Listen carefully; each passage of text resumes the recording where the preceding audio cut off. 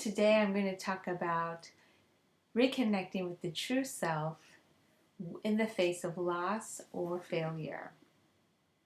In our human experience, we have situations where our human intentions don't seem to be coming to fruition, and we may interpret it as a loss or a failure.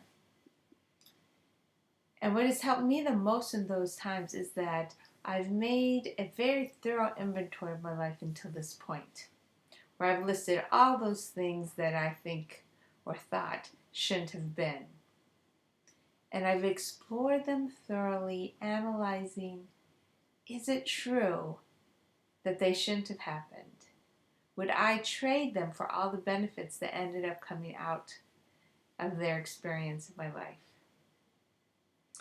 So let's just take a few examples. As a little girl, I took on some very constricting beliefs where I was a rigid fundamentalist where if you gave me a rule, I'd add 15% to it so that I could really be holier than you.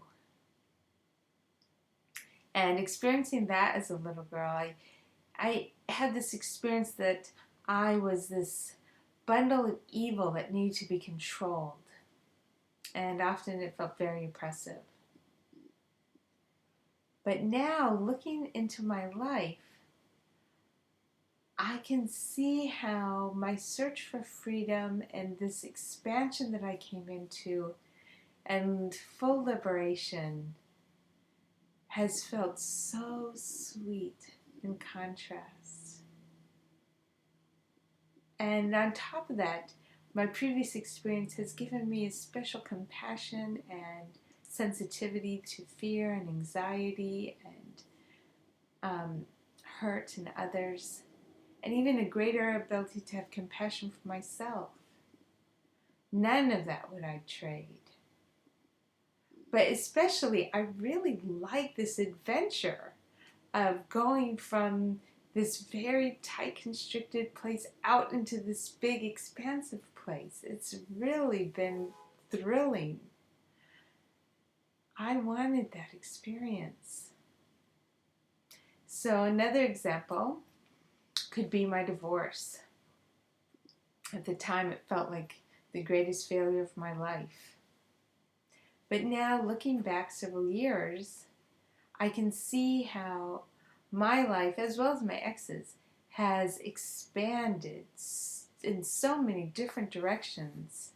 That was such a catalyst for me to be able to find new areas of growth and insight and learning that I wouldn't have found otherwise.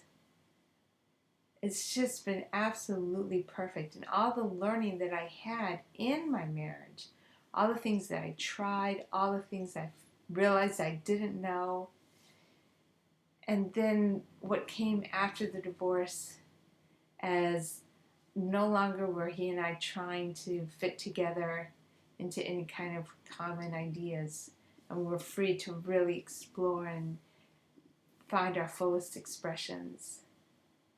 It's been perfect. It's been a light enlivening. And my new relationship, I feel so prepared for it and so enriched and so happy to have the relationship I'm in today. I couldn't have done it any better.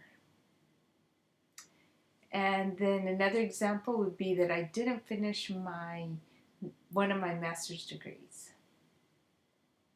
And looking back at the year when I would have finished it and what I did instead, I have to say that year was one of the most pivotal years in my life, as I let go of weights and weights of duty and obligation and really started exploring what it meant to follow my bliss, what it meant to follow that which was the most alive thing in me.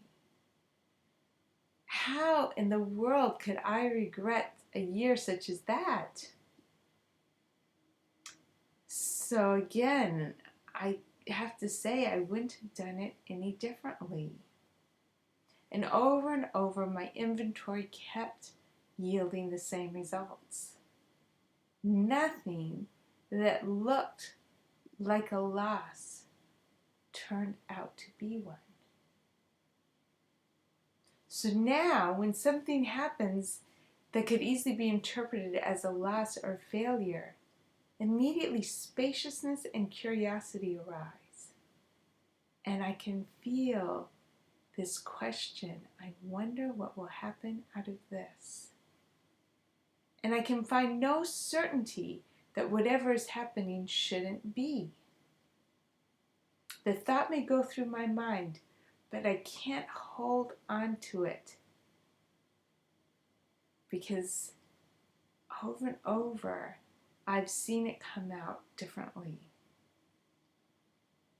So this space, this curiosity, this inability to hold our judgments and evaluations as right, that is the path back to the true self.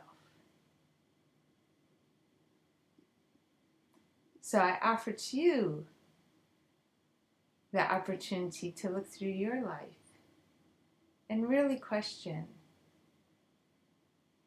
is there anything that you could say has been bad in your life?